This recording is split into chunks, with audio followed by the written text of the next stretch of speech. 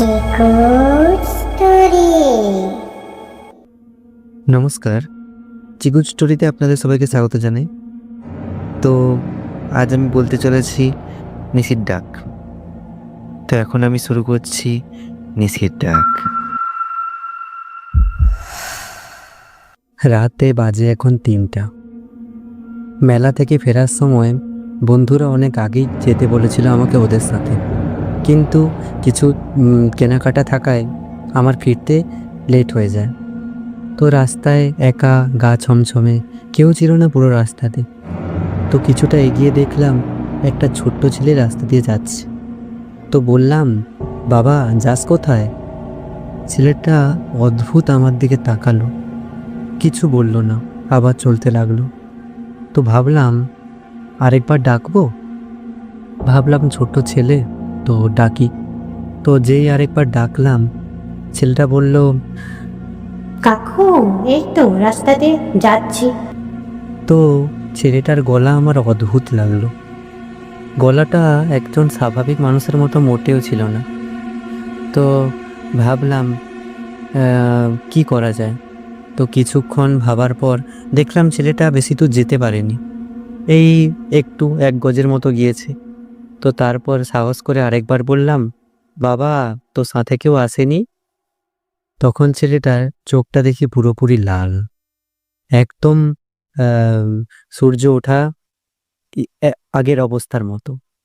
তো ছেলেটার দিকে তাকাতেই আমার ভয় লাগছিল। তো ভাবলাম ছেলেটা তখন হঠাৎ করে আমার দিকে তাকিয়ে বলল,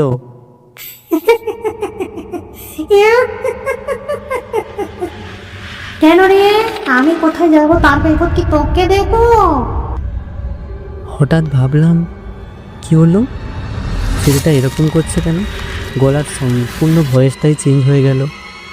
তো তারপর দ্বিতীয়বার যখন ছেলেটার দিকে ঘুরে তাকালাম, ছেলেটার ওখানে নেই, ওখান থেকে অদৃশ্য। তো চারদিক এদিক ওদিক ফিরে তাকালাম, কোথাও দেখতে পেলাম না। কাছে দেখে একটা শ্যাওড়া গাছ।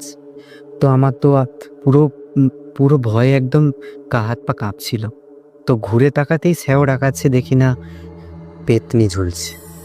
ও তখন আমার দিকে তাকিয়ে বলে,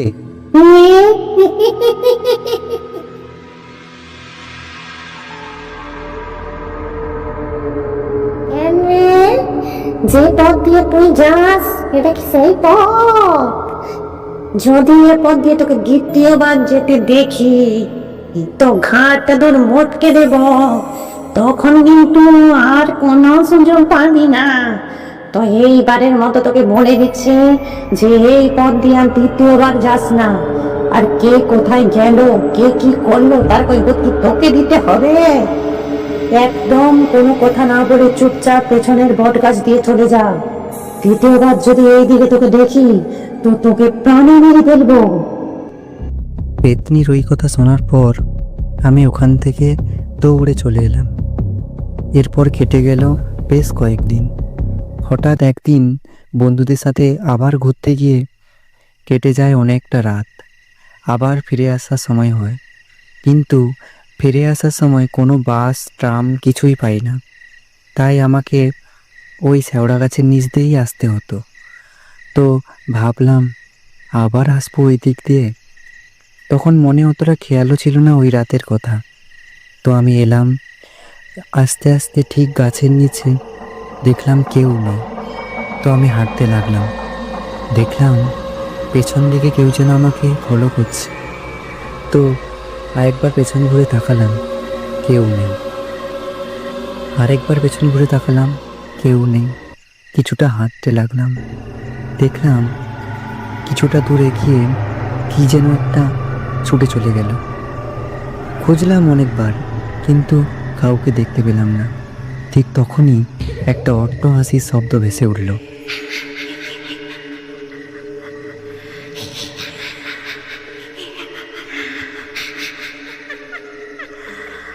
গলাটা শোনার পর আমার তো ছাতি ধুকপুক করতে লাগলো।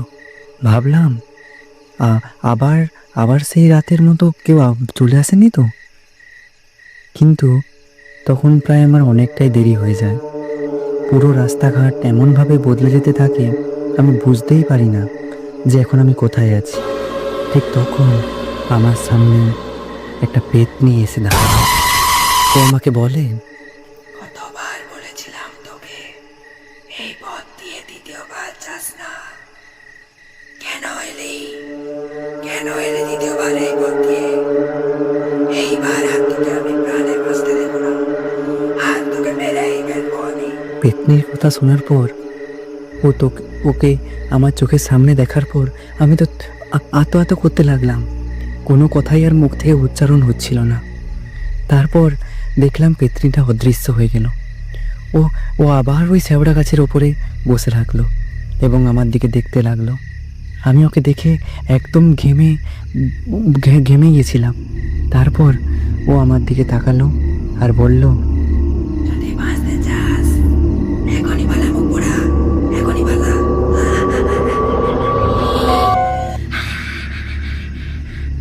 পেতনির এই কথা শোনার পর আমি দৌড় দিলাম, কিন্তু পেতনি আমার পেছনে হাত বাড়াতে লাগলো, অনেকটা হাত বাড়াতে লাগলো।